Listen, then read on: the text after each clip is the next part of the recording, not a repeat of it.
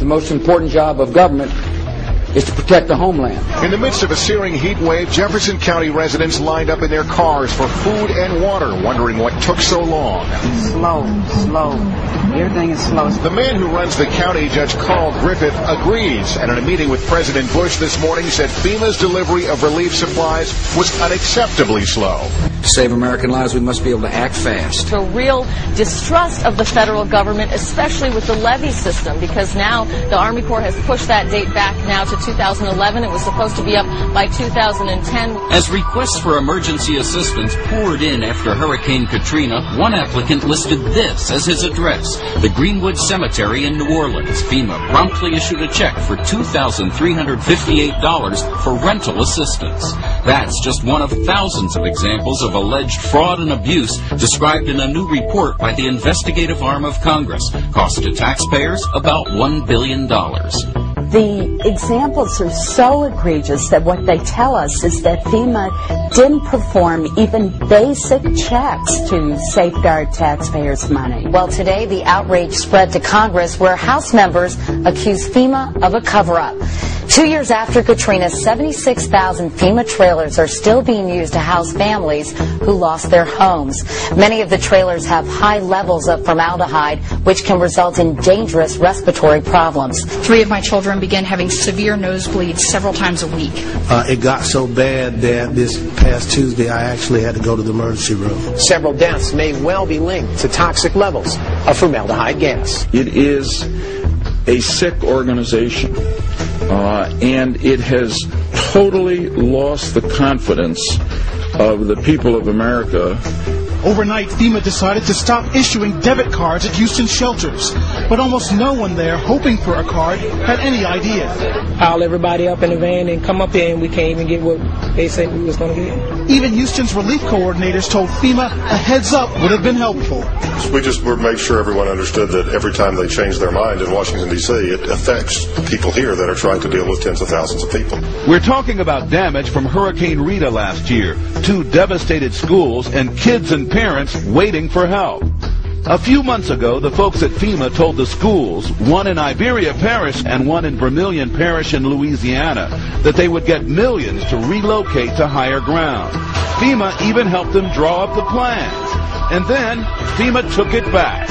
Endless delays, he says, caused by FEMA, which just last week delayed money for rebuilding yet again. They're more worried about their own positions in FEMA, their own salaries, than the recovery process down here.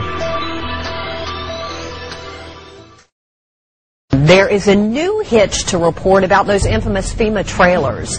After spending nearly $3 billion taxpayer dollars to buy them, it turned out many went unused, and now FEMA is unloading them at bargain basement prices while other people need them.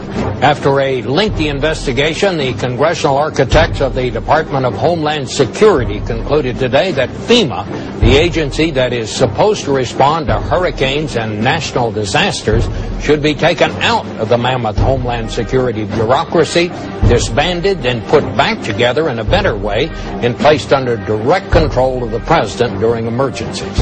A Senate report on the government's response to Hurricane Katrina says FEMA is so far beyond repair that the agency should be scrapped. It said that agency failed, in its view, to anticipate and then respond to Katrina. FEMA is discredited, demoralized, and dysfunctional. FEMA is discredited, demoralized, and dysfunctional.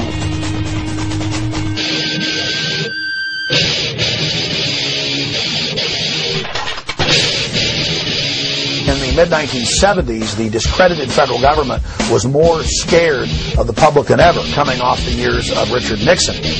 And so 2 Cold Warriors inside the White House of Gerald Ford began to bring back some of the Cold War ideas of an executive takeover of the United States through a emergency federal agency. And those individuals were Donald Rumsfeld and Dick Cheney. And so really what we see being set up by Jimmy Carter in 1979 is just a continuation of federal policy to expand a federal takeover plan for continuity of government. And so that's what the Federal Emergency Management Agency was really set up for.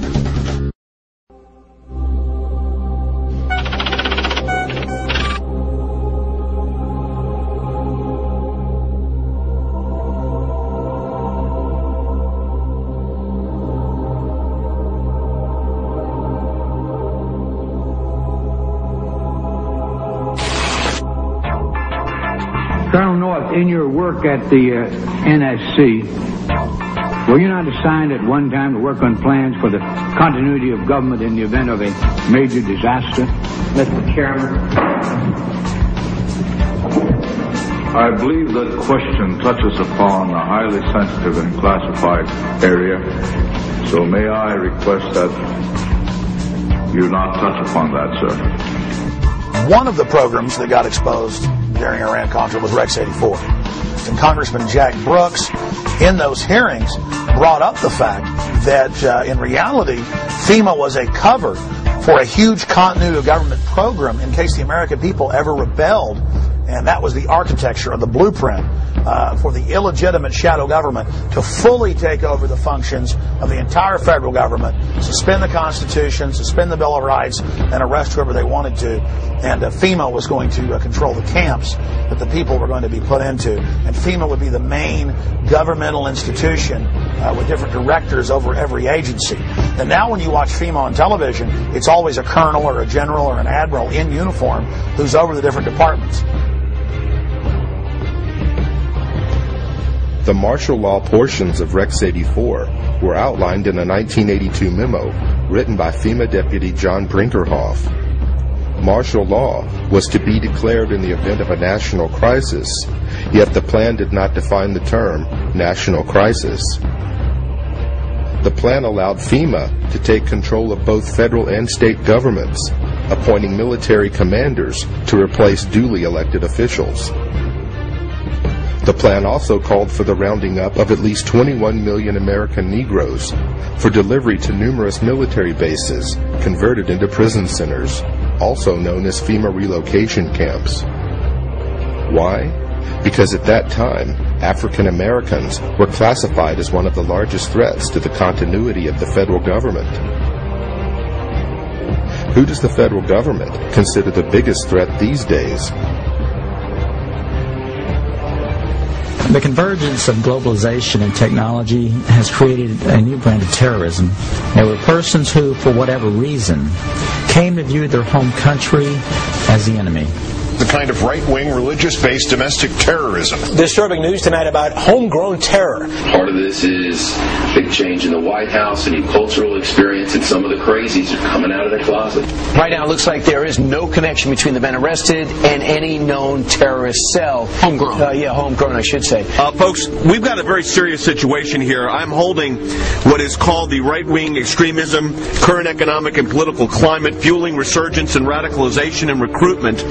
And in it, we talked about the fact that they define pro-lifers as domestic terrorists. They put this in a Department of Homeland Security document, this official assessment, now saying pro-lifers, people that believe in end-time prophecies, people that are opposed to the administration's position on immigration, those of us that are standing up for the sanctity of life and for the sanctity of marriage, all of those are now potential, and this is what they're saying, domestic terrorists. It's a terrorist next door that could be our bigger threat. They call people who believe in the sanctity of life, who believe in owning firearms, who believe in serving their country in the military and coming back, who are very concerned about the policies that this nation is embarking on, spending too much money, taxing too much. It's all listed right here. These are the domestic right-wing extremists. 1 million names under the watchful eye of the United States. America's so-called terrorist watch list has hit the record number, according to one of the country's most prominent civil liberties groups. That's a lot of people to keep track of. They're adding new people all the time. It's a secret list that you don't know really quite how one gets on, and you don't know how you get off. They're coming out and profiling huge groups of people. You know, if you voted for a certain political candidate, you should be considered a potential threat. And you couple that with things like the Patriot Act, where if you are a threat in their eyes, you can be held without access to judge, jury, and without access to a lawyer or even to your family. That's very concerning because we've watched our country go through and do this to brown people, you know.